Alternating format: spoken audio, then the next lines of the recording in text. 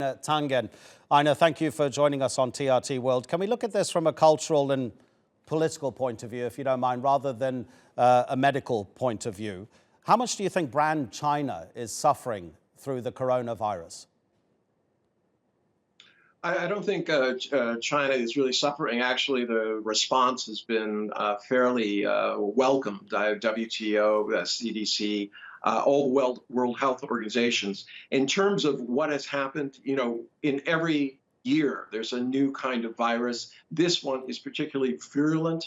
It spreads quickly, but so far, and hopefully this continues, that the mortality rate is fairly low, especially as compared to SARS, which was 10%, and MERS, which was 20%.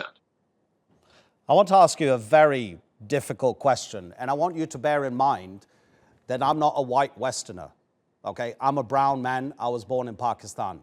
I understand what happens in countries that are largely rural populations. This virus is supposed to have come from eating wild animals. Are people going to look at China and think, why are you, the Chinese, still engaging in these practices that can put human health at risk? Because we in the West, and this could be a Western viewpoint, we take certain precautions. We don't have the same attitudes towards life as maybe many people in China do. Does that ring at all in any way towards the truth?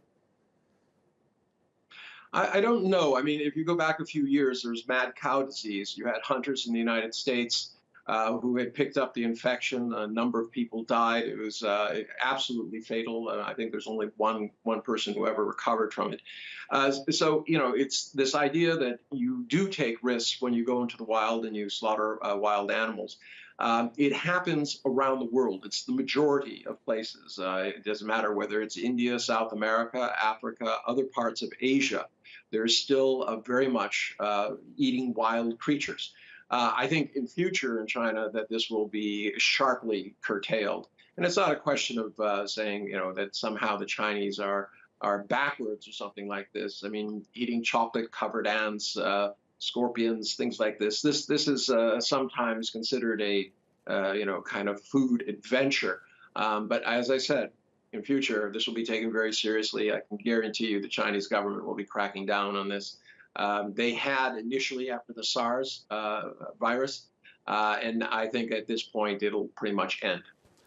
Politically, there are many groups of international scientists who have been expressing some skepticism about the numbers of people infected with the coronavirus. Those experts outside of China, it must be said, believe that probably the number is far higher than the National Health Commission is giving in Beijing.